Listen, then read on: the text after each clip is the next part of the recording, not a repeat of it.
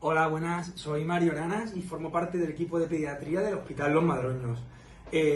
Hoy vamos a aprovechar un poquito para hablar sobre la fiebre, que es algo que suele preocupar bastante a los padres y nos hacen muchas preguntas en referencia a ella. En principio, es importante saber que la fiebre no se trata de una enfermedad como tal, sino solamente es un síntoma que se caracteriza por aumento de la temperatura corporal, acompañado de rubefacción del tronco y la cabeza del niño. También viene acompañada en ocasiones por frialdad de los pies y las manos, algo que preocupa bastante a los padres cuando la perciben. Además, la fiebre también va a venir acompañada de una aceleración de la frecuencia respiratoria y del pulso. Tenemos que entender pues, que la fiebre es un mecanismo de defensa del cuerpo. Con ello lo que hace es aumentar la temperatura para poder combatir infecciones causadas por patógenos, virus, bacterias. Por ello la fiebre no hay que tomarla como si fuese una enfermedad como tal.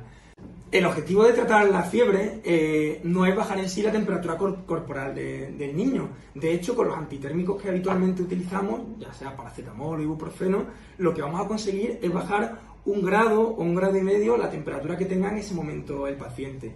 Por lo que nuestro objetivo cuando damos antitérmicos es conseguir el confort, el mejorar el estado general del niño y sobre todo su confort, ¿de acuerdo?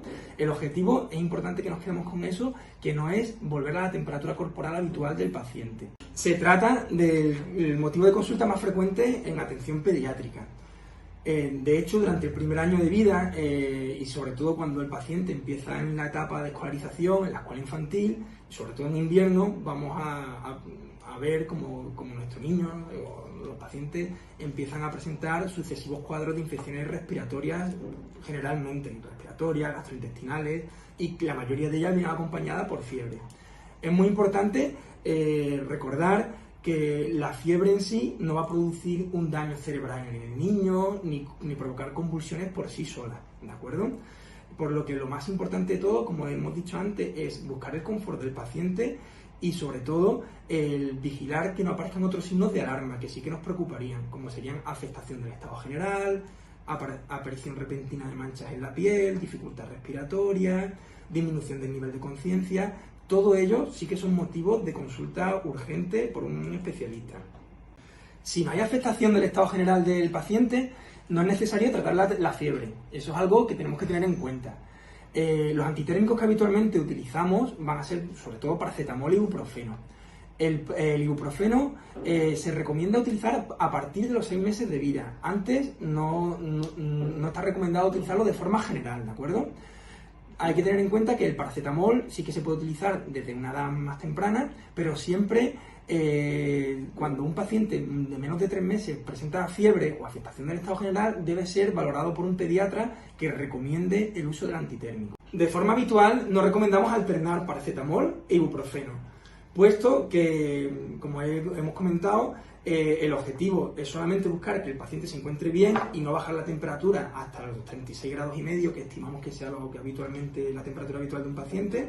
Y por otro lado, corremos el riesgo de cometer errores, pues porque se nos puede olvidar qué le dimos anteriormente, cuál le toca dar, y además se pueden sumar los efectos secundarios tanto de un medicamento como del otro.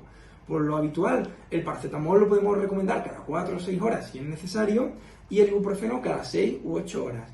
Tener en cuenta que tampoco es necesario administrar antitérmicos antes de una vacunación, de forma como pensando en una profilaxis para evitar la reacción a la vacuna. Otra cosa a tener en cuenta es que los medicamentos, tanto el paracetamol como el ibuprofeno, no están libres de efectos secundarios, por lo que es muy importante que no estén al alcance de los niños para evitar intoxicaciones. Aunque también hay que reconocer que esos márgenes de intoxicación pues son bastante amplios. A la dosis que habitualmente recomendamos los fármacos no deben ser ningún problema a la hora de ocasionar efectos secundarios.